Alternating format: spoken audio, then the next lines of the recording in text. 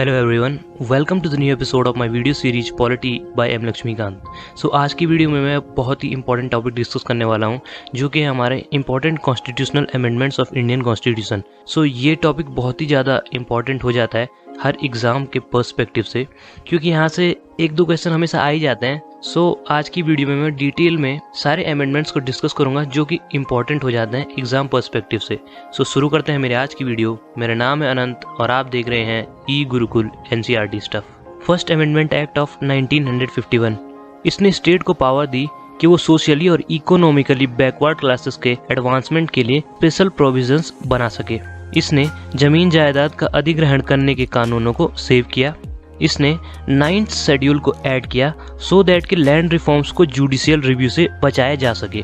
इसने state trading और किसी भी बिजनेस का नेशनलाइजेशन जो कि स्टेट द्वारा किया जाता था, इसे इनवैलिड होने से रोका। किस ग्राउंड पर? राइट टू ट्रेड और बिजनेस के ग्राउंड पर। सेकेंड अमेंडमेंट एक्ट ऑफ 1952, इसने लोकसभा के हर मेंबर के स्केल ऑफ रिप्रेजेंटेशन को बढ़ाया। अब कोई भी लोकसभा का मेंबर मोर देन 7,50,000 पीपल्स को रिप्रेजेंट कर सकता था। थर्ड अमेंडमेंट एक्ट ऑफ 1954, इसने पार्लियामेंट को पावर दी कि पार्लियामेंट फूड स्टफ के प्रोडक्शन, सप्लाई और डिस्ट्रीब्यूशन को कंट्रोल कर सके। फूड स्टफ मतलब cattle fodder, raw cotton, cotton seed और raw jute. Fourth amendment act of 1955, इसने स्टेट को पावर दी कि स्टेट किसी भी ट्रेड को नेशनलाइज कर सकता है। 9th शेड्यूल में कुछ और एक्ट्स को इंक्लूड किया गया। आर्टिकल 31A के स्कोप को बढ़ाया गया। आर्टिकल 31A को मैंने पहले अपनी वीडियो में बता रखा है। सो अगर आपने वो वीडियो नहीं देखी है तो मैं उसका लिंक आपको एंड स्क्रीन पे दे दूंगा, आप वहां से उस वीडियो को भी देख सकते हैं। फिफ्थ अमेंडमेंट एक्ट ऑफ 1955, इस आर्टिकल ने प्रेसिडेंट को ये पावर दी कि प्रेसिडेंट एक स्टेट लेजिस्लेचर के सामने टाइम लिमिट रख सकता है। अगर सेंट्रल लेजिस्लेचर किसी स्टेट के एरियाज, बाउंड्रीज या नेम में चेंजमेंट लाना चाहता है तो स्टेट लेजिस्लेचर को एक लिमिटेड टाइम पीरियड के अंदर अपने व्यू पॉइंट्स एक्सप्रेस करने होंगे। Sixth amendment act of 1956, union list में एक न्यू सब्जेक्ट को ऐड किया गया। वो था इंटरस्टेट ट्रेड और कॉमर्स में गुड्स के सेल और परचेज पर पड़ने वाला टैक्स। इस लिहाज से इसने स्टेट पावर पर रिस्ट्रिक्शंस लगाई। सेवेंथ अमेंडमेंट एक्ट ऑफ 1956, इसने स्टेट के 4 कैटेगरीज के क्लासिफिकेशन को रद्द किया। पहले स्टेट को 4 कैटेगरीज में क्लासिफाई किया जाता था, part A, part B, part C and part D में। बाद में इनको रीऑर्गेनाइज करके 14 स्टेट और 6 यूनियन टेरिटरीज में क्लासिफाई किया गया। इसने यूनियन टेरिटरीज पर हाई कोर्ट के ज्यूरिसडिक्शन को एक्सटेंड किया। इसने 2 या उससे ज़्यादा स्टेट्स के लिए एक कॉमन हाई कोर्ट बनाने का प्रोविज़न दिया। इसने हाई कोर्ट के लिए एडिशनल और एक्टिंग जजेस के अपॉइंटमेंट के लिए प्रोविजंस प्रोवाइड किए। 8th अमेंडमेंट एक्ट ऑफ 1960, इसने एससीज और एसटीज और एंग्लो इंडियंस के स्पेशल रिप्रेजेंटेशन के रिजर्वेशन को लोकसभा और स्टेट लेजिस्लेटिव असेंबली में 10 साल के लिए एक्सटेंड कर दिया। 9th amendment act of 1960, Berubari union जो कि वेस्ट बंगाल में है, हमने इसे पाकिस्तान को प्रोवाइड किया। ये इंडो पाकिस्तान अग्रीमेंट के अकॉर्डिंग हुआ। 10th amendment act of 1961, Dadra and Nagar Haveli को इंडियन यूनियन में मिलाया गया। 11th amendment act of 1961, vice president के इलेक्शन प्रोसीजर को चेंज किया गया।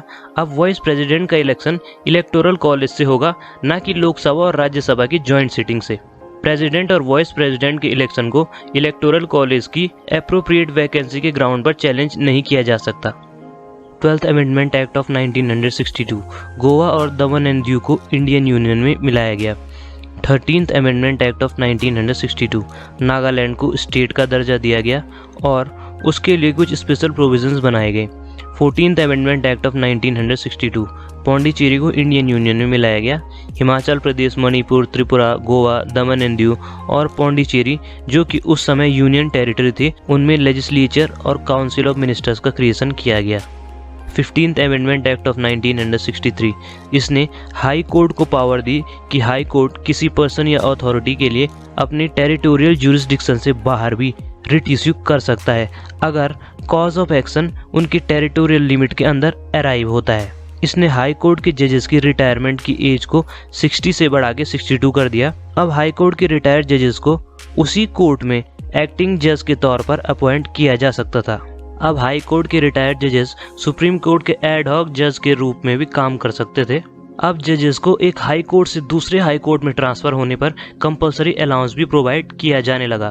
अब सुप्रीम कोर्ट और हाई कोर्ट के जजेस की एज डिटरमिन करने के लिए एक प्रोसीजर शुरू किया गया। 19th amendment act of 1966 election tribunals के सिस्टम को खत्म किया गया और हाई कोर्ट को ये पावर दी गई कि वो इलेक्शन पिटिशंस को सुन सकता है। 21st amendment act of 1967 8th schedule में सिंधी को 15th लैंग्वेज के तौर पर एक्सेप्ट किया गया। 22nd amendment act of 1969 Meghalaya को असम से तोड़कर एक नया स्टेट बनाया गया। 24th amendment act of 1971 parliament को कॉन्स्टिट्यूशन के किसी भी पार्ट को अमेंड करने की पावर दी गई। इसमें फंडामेंटल राइट्स को भी शामिल किया गया था। प्रेसिडेंट के लिए कॉन्स्टिट्यूशनल अमेंडमेंट बिल को अपनी स्वीकृति देना कंपलसरी किया गया। 25th amendment act of 1971 fundamental right to property में कटौती की गई। कोई भी लॉ जो आर्टिकल 39B और 39C को इम्प्लीमेंट करने के लिए बनाया जाता हो और वो आर्टिकल 14, 19 और 31 को अगर वायलेट करता हो तो इसे कोर्ट में चैलेंज नहीं किया जा सकता।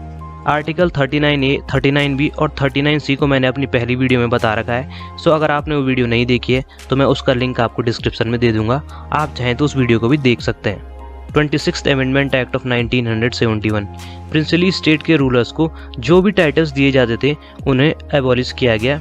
उन्हें जो भी सर्टेन प्रिविलेजेस दिए जाते थे उन्हें भी खत्म किया गया। 28th amendment act of 1972 Indian civil services को दिए जाने वाले स्पेशल प्रिविलेजेस को खत्म किया गया और पार्लियामेंट को पावर दी गई कि वो उनकी सर्विस कंडीशंस को डिटरमाइन करे। 31st amendment act of 1972 Lok Sabha की सीट्स को 525 से 545 किया गया। 36th amendment act of 1975 Sikkim को एक फुल फ्लेज्ड स्टेट के तौर पर इंडियन यूनियन में ऐड किया गया। 38th amendment act of 1975 president के द्वारा इमरजेंसी जब डिक्लेयर करी जाएगी वो नॉन जुडिशिएबल इन नेचर होगी, मतलब प्रेसिडेंट के द्वारा इमरजेंसी डिक्लेयर करने को किसी भी कोर्ट में अब चैलेंज नहीं किया जा सकता था।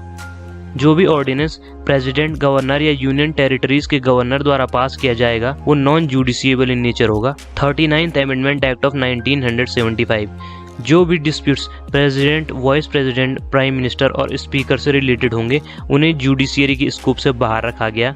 इन डिस्प्यूट्स का सॉल्यूशन पार्लियामेंट या उसके द्वारा गठित कमेटी ही कर सकती थी। 38th और 39th अमेंडमेंट एक्ट इमरजेंसी से पहले के अमेंडमेंट थे, सो यहाँ पर इमरजेंसी डिक्लेयर करने की तैयारी की जा रही थी। 41st amendment act of 1976 state public service commission और जॉइंट पब्लिक सर्विस कमीशन के मेंबर्स की रिटायरमेंट की एज को 60 से 62 किया गया। 42nd अमेंडमेंट एक्ट ऑफ 1976 इसे मिनी कॉन्स्टिट्यूशन भी कहा जाता है। ये स्वर्ण सिंह कमेटी के रिकमेंडेशन पे बेस्ड था। यहाँ पर प्रीएम्बल में 3 वर्ड्स को ऐड किया गया जो थे socialist, secular and integrity. Fundamental duties को पार्ट 4A ऑफ कॉन्स्टिट्यूशन में ऐड किया गया। प्रेसिडेंट को बाउंड किया गया कि वो कैबिनेट के एडवाइस के बिना कोई भी काम नहीं करेगा। कॉन्स्टिट्यूशनल अमेंडमेंट को जुडिशियल स्क्रूटनी से परे रखा गया। सुप्रीम कोर्ट और हाई कोर्ट की जुडिशियल रिव्यू और रिट जुरिस्डिक्शन की पावर को कर्टेल किया गया।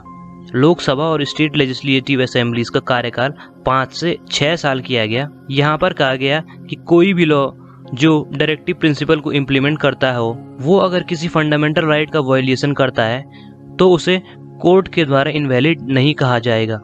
एंटी नेशनल एक्टिविटी से लड़ने के लिए पार्लियामेंट लॉ बना सकती थी और इन्हें फंडामेंटल राइट से ज़्यादा इंपॉर्टेंस दी जाएगी। 3 न्यू डायरेक्टिव प्रिंसिपल को ऐड किया गया।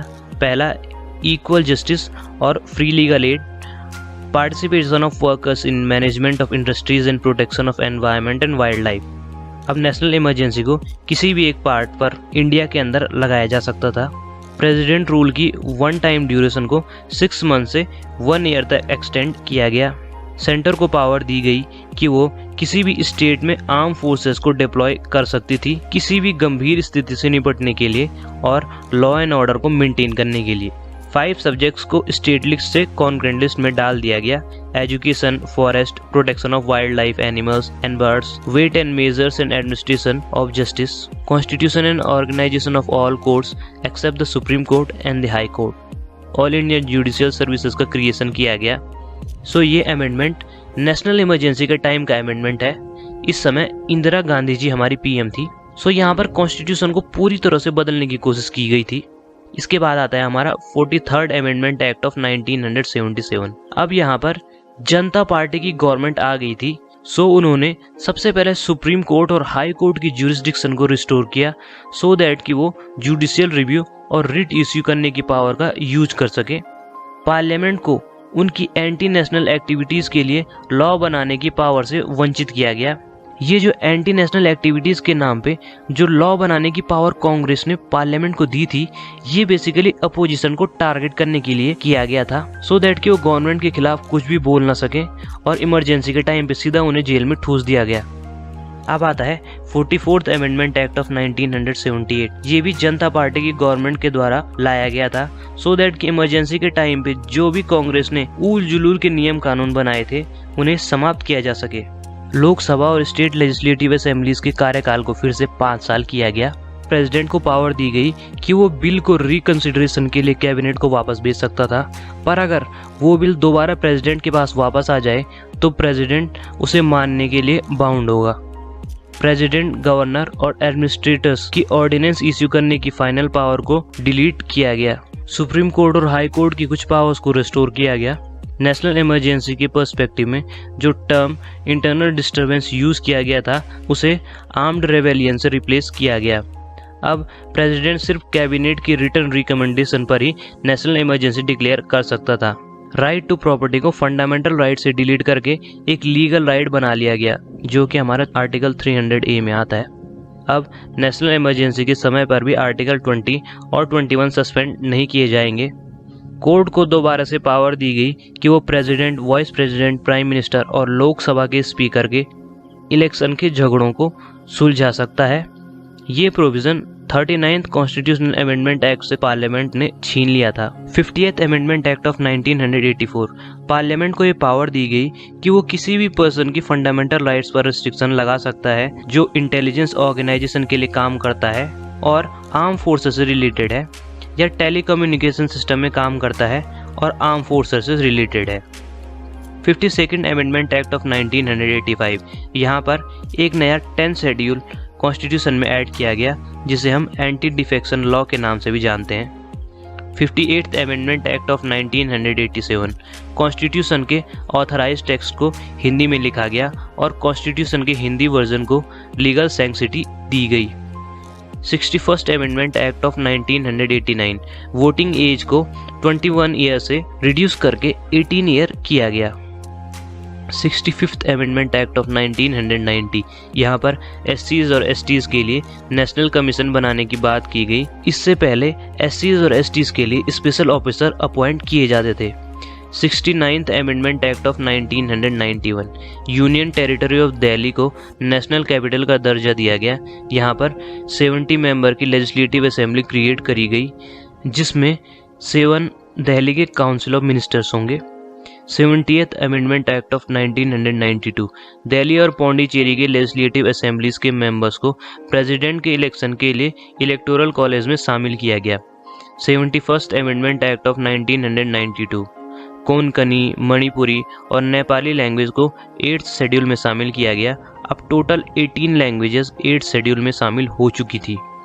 73rd amendment act of 1992 panchayat Raj institution को कॉन्स्टिट्यूशनल स्टेटस दिया गया। इस अमेंडमेंट ने पार्ट 9 को कॉन्स्टिट्यूशन में ऐड किया। 11th शेड्यूल में पंचायत राज को जगह मिली। 74th amendment act of 1992 municipalities को कॉन्स्टिट्यूशनल स्टेटस ग्रांट किया गया। इस अमेंडमेंट से पार्ट 9A को कॉन्स्टिट्यूशन में ऐड किया गया। म्यूनिसिपैलिटी को 12th शेड्यूल में रखा गया। 76th amendment act of 1994 Tamil Nadu reservation act of 1994 को 9th शेड्यूल में डाल दिया गया सो दैट कि जुडिशियल रिव्यू से बचाया जा सके। इस एक्ट के अकॉर्डिंग एजुकेशनल इंस्टीट्यूशन में सीट्स पर और स्टेट सर्विसेज की पोस्ट पर 69% तक रिजर्वेशन को बढ़ा दिया गया था। 1992 में सुप्रीम कोर्ट ने कहा कि रिजर्वेशन की लिमिट को 50% से ज़्यादा नहीं बढ़ाया जा सकता। उस टाइम पर गवर्नमेंट को जो भी लॉ जुडिशियल रिव्यू से बचाना होता था उसे गवर्नमेंट 9th शेड्यूल में डाल देती थी, फिर चाहे उसका लैंड रिफॉर्म से कोई मतलब हो या ना हो। 77th amendment act of 1995 government jobs में एससीज और एसटीज को प्रमोशन में भी रिजर्वेशन की बात करी गई।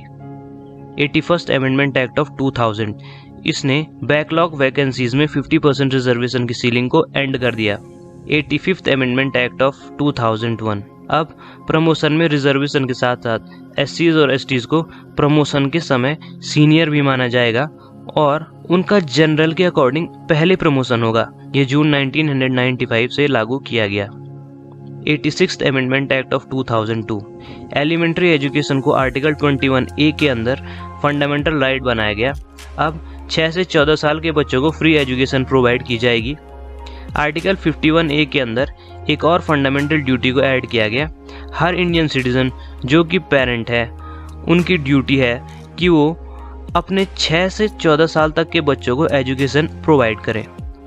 89th amendment act of 2003 national commission for schedule caste और शेड्यूल ट्राइब्स को तोड़ करके एक अलग बॉडी बना दी गई, national commission for schedule caste and national commission for schedule tribes.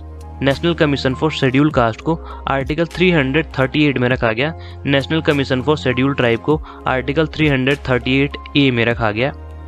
91st amendment act of 2003 central council of ministers जिसमें PM को मिला के total number of ministers Lok Sabha की टोटल स्ट्रेंथ के 15% से ज़्यादा नहीं होने चाहिए।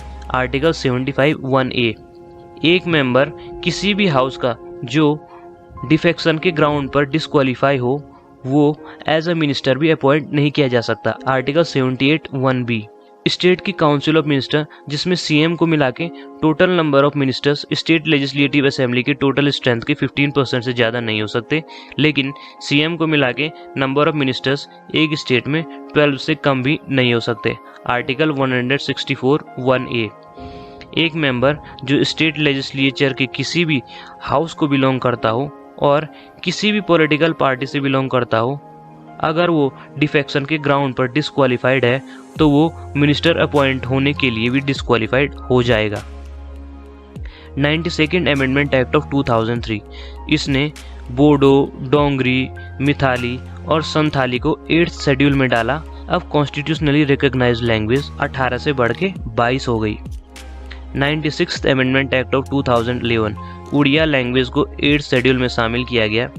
97th अमेंडमेंट एक्ट ऑफ 2011 इसने कोऑपरेटिव सोसाइटीज़ को कॉन्स्टिट्यूशनल स्टेटस प्रोवाइड किया।